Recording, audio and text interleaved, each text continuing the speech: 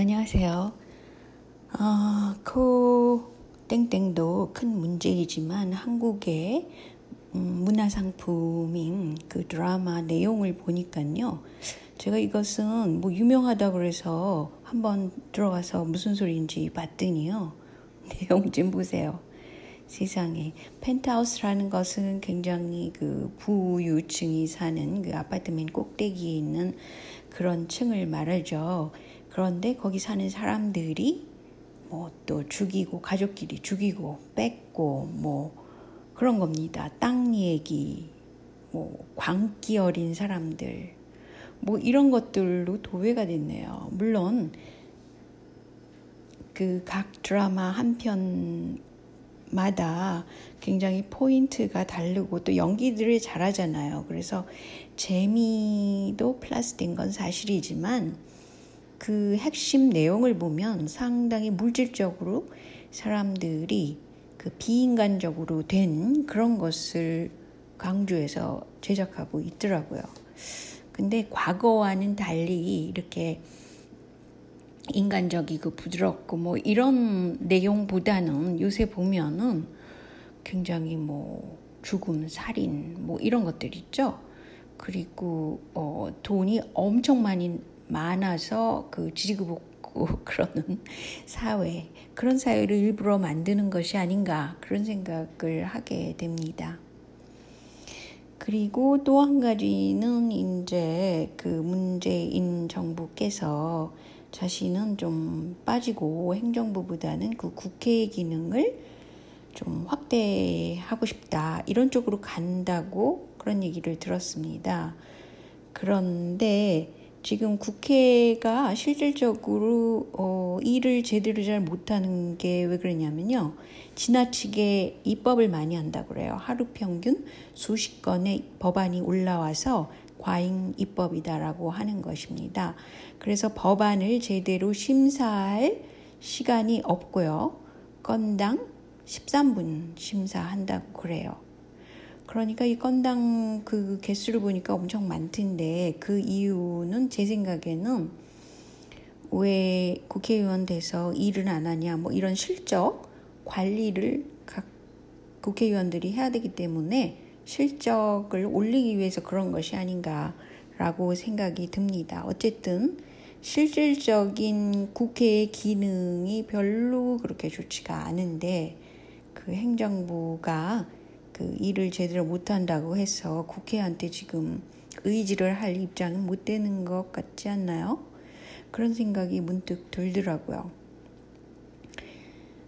그리고 이제 제가 지금 국경에 그 통과를 쉽지 않게 하고 있잖아요. 그래서 만약에 여기 캐나다에서 한국을 간다 그러면 여기 영사관이나 대사관에 가서 비자를 받아야 됩니다. 이거는 옛날에는 받지 않았는데 이전에는 지금 받아야 되는 상황이에요. 근데 제가 이상하게 생각하는 점은 비자를 받을 때 이 PCR 검사를 해서 그게 음성이 나오면 비자를 내주는 그런 쪽인가 봐요. 그런데 이제 비행기를 타기 바로 직전 72시간 내에 또 이 PCR 검사를 하게 돼 있거든요. 그래서 비자만 받았다고 해서 된 게 아니란 말이죠. 그래서 제 생각에는 이렇게 이중적으로 하는 것은 그 PCR 검사 가격이 굉장히 비싼 것도 있어요. 왜냐하면 주말에 하게 되면 거의 한국 돈으로 20만 원 이상 내야 됩니다. 주말에 긴급하게 하게 되면 뭐 그렇지 않고 보통인 경우도 여기는 그 지역 디스트릭트마다 좀 달라요. 그래서 행정이 돈이 많은 그런 디스트릭트는 무료가 될 수 있지만 그렇지 않고 개인이 돈을 내게 되면 상당히 액수가 비쌉니다. 뭐 15만 원 그럼 비싼 거 아니에요.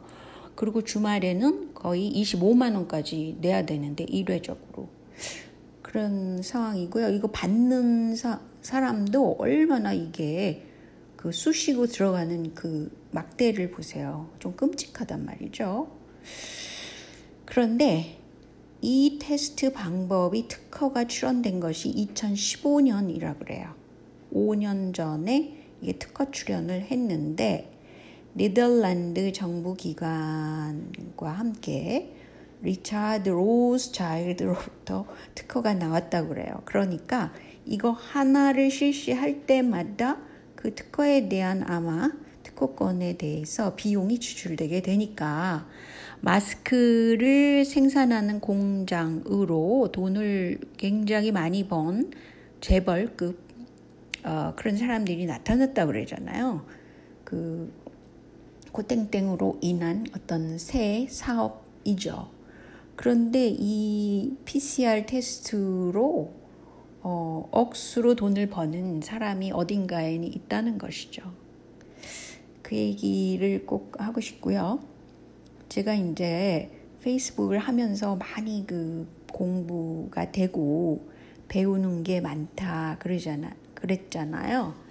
그런데 이제 어떤 분이 그 검찰과 한국 보수당, 과거에는 한나라당이죠.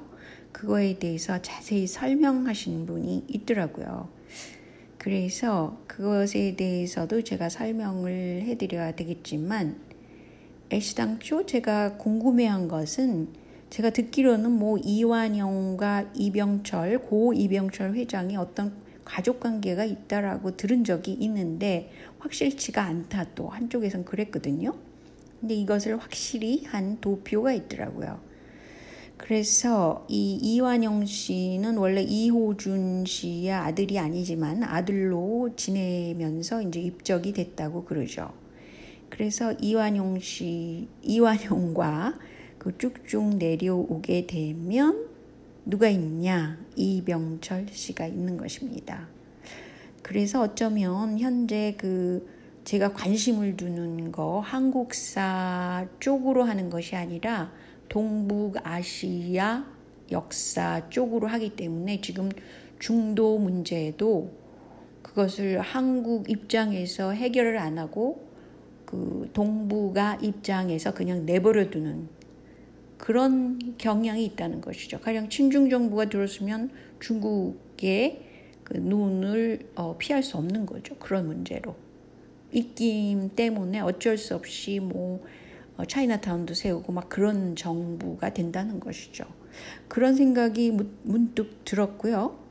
그런데 이 삼성 가문이 왜 중요한가는 여러분도 이미 잘 아시잖아요. 근데 고 이병철 씨는 아내를 3사람을 얻었다고 합니다. 과거의 조선시대에는 그런기도 하고 요새는 애인들도 많이 두고 있잖아요. 어쨌든 그래서 이제 맨 왼쪽부터 첫째, 둘째, 셋째 이런가 본데요. 첫째 마누라의 그 딸이 아닌가요? 이병철의 딸 이숙희라는 사람이 LG 그룹과 그 연관돼서 결혼을 시켰다고 합니다. 흥미롭죠? 근데 원래 LG 창업주 구인혜 씨랑 이병철 씨는 아마 같은 동네에서 자랐다고 그러잖아요. 그래서 친분 관계가 남다르다 이런 소리가 확실히 있어요.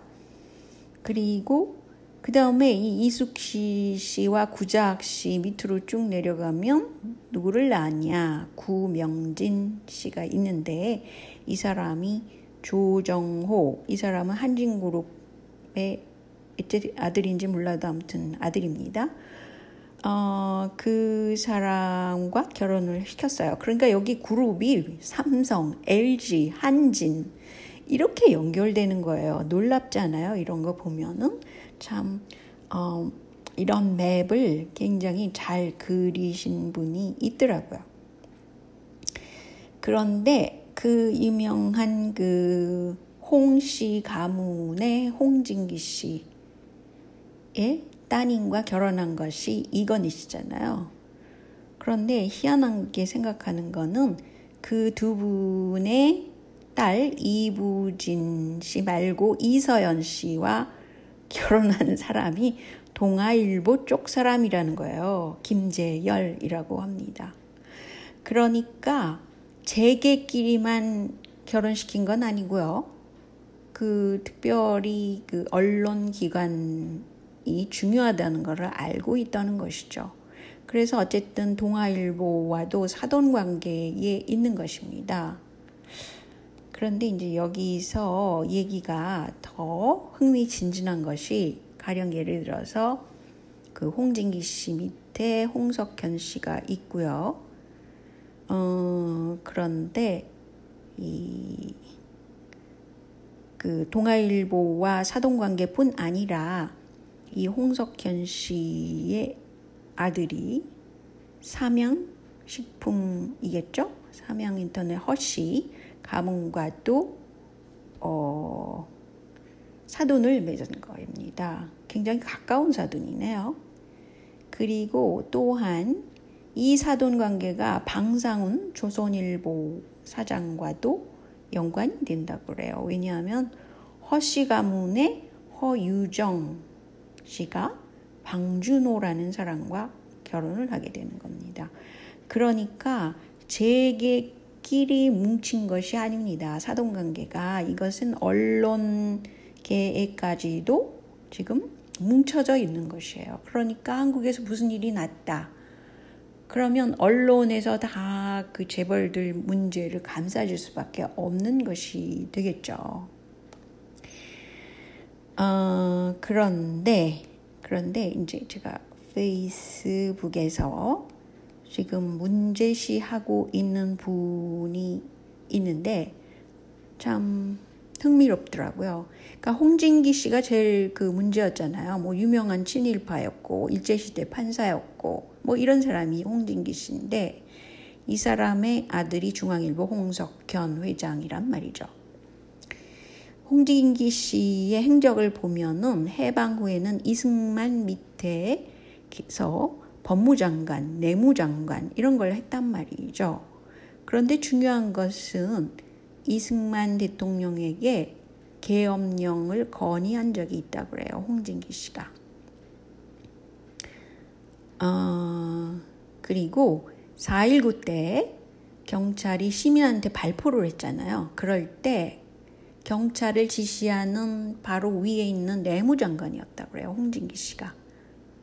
그래서 4.19가 되니까 이게 이제 세상이 뒤집어졌고 이때에 홍진기 씨가 사형 선고를 받았는데 이제 뒤에 손을 써서 이분을 빼낸 것이 삼성의 이병철 회장이었다고 합니다. 그 이후에 이제 언론이 중요성을 알게 돼서 이제 중앙일보사를 만들게 되었다고 합니다. 그런데 여러분들 삼성과 얽힌 사람이 김용철 변호사잖아요. 이 사람 얘기로는 이 고 이건희 씨의 지분을 홍석현 씨 명의로 그렇게 위장해놨다 이런 말을 했다고 그래요. 그건 그렇고 이 홍진기 씨는 승승장구한 적이 언제냐?